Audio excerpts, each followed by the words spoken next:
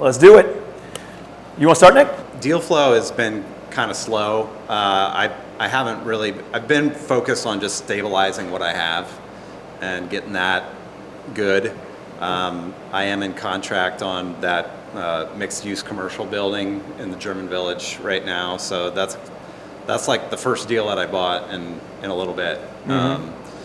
So that's scheduled to close at the end of the month, so that'll be a new project to work on. Rents there are really low. They're like $800 and they should be like $1,700 and then the commercial space downstairs is just like 5,000 feet of open commercial space. It's a big space. I've been wanting some kind of active income. I've always been, since I retired from teaching a long time ago now, but I haven't had any other active income. Like it's just been buying properties and fixing them up. How can you make an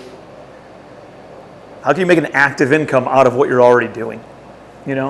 I see people, they move these multiple degrees away from what their core competency is.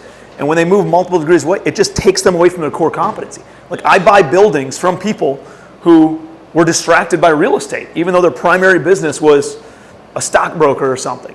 And then they had too much money, they bought real estate, they didn't pay attention to it, they didn't have a third-party management company, they didn't have an in-house management company, they didn't have all that stuff. And then this started dropping, took their attention away from their primary. They had to sell this at a loss and then try to go and fix this back up to get it back to where it used to be. That same thing's going to happen if your primary is real estate and you go and try to start another business over here. So what do you have going on in your existing business that you could say, maybe you're actively selling turnkey house, or maybe you flip some houses and you do that 4 times a year and you make an extra 200, 300 grand in order to make sure that you have some active income, and you're always searching for deals. So it's supporting your long-term holds also. And you're always supporting the contractor. So it's making your long-term holds cost basis a little bit lower because you're negotiating more. It's like, that's an easy act. It's not sellable business, but it's an active income that feeds your existing business. That's where my head would be. What would you do with this deal? Would you just kill it, or would you go ahead and close on the deal and then just sell it? Maybe get somebody who wants to start a restaurant in there or something like that. Yeah, how good of a deal is it? I mean, it's a good deal. I mean, I don't know. I'm in contract for 1.1. 3 units? 3 units. Well, it could be 4. If you divide 2 upstairs, and then we got front of house, back of house, broker. And you said they could rent for. Let's do quick math. You said the upstairs could rent for $1,600 per. Yeah. All right, so you got $1,600. Downstairs, what can you rent those for? $2,500 per side? I'd say more. I mean, I think we're at, I don't have a calculator, but I think my broker said like $25 a square foot for 5,000 square feet. Yeah. I mean, it's an A location. It's a really nice location. So 10 grand a month total, right? Yeah. 5,000. So you're at 10, 32. So 13.2 a month. I mean, and what are you buying it for? 1.1. 1.1 million. How much to renovate these two? Because both these tenants are leaving if you're going to double their rent, right? Yeah. So how much to renovate these and be able to achieve these rents? It wouldn't take much. I'd say it's all cosmetic. I'd say 20 to 30. Each? Altogether. Total? Yeah. All right. So let's call it 30K. And then how much to make these vanilla box? Just clean them up, paint it all white. 10 grand. If that. Each side? Total? Total. Okay. So let's just call it 20K. So you're adding 50K. So you're in for $1.15 million. And it's it could generate 13.2. There's going to be some carrying costs and all that stuff. Let's just call it you're in for 1.3 million.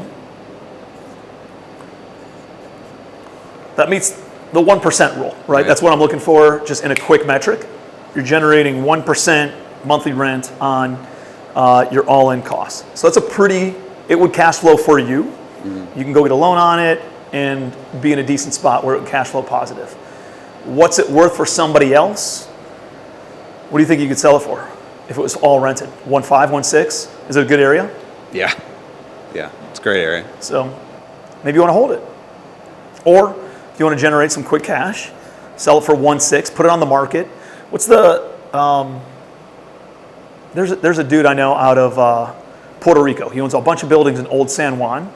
And dude, he has a for sale sign on every single one of his buildings. And as people are going through Old San Juan with their gelato and hanging out at the cafe, dude, they call up these signs, I want to live here, I want a building here. And he gives some ridiculous number every time and he's had these things listed for 15 years, you know? He just leaves it for sale and people come by and they give him a call and somebody was willing to pay some insane number, then he sells it, right? Could you get 1.7 million?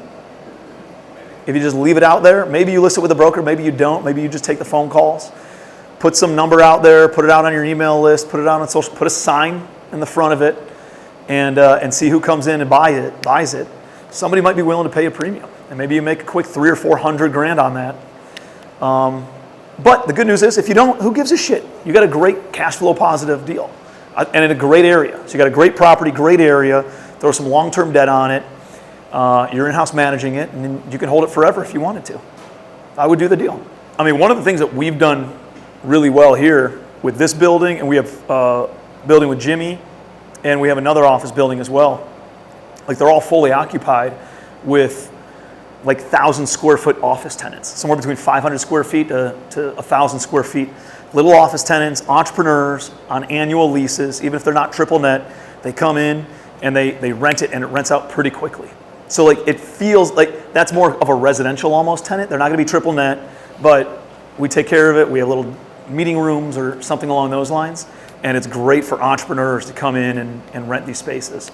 And candidly, once they start renting a space, even though it's only an annual lease, they usually don't leave, because now they have all their business mail going there, they're meeting clients there, it's on all their signature cards and their business cards and all that stuff, and it's a pain in the ass for them to move. And they're more sticky than a residential tenant.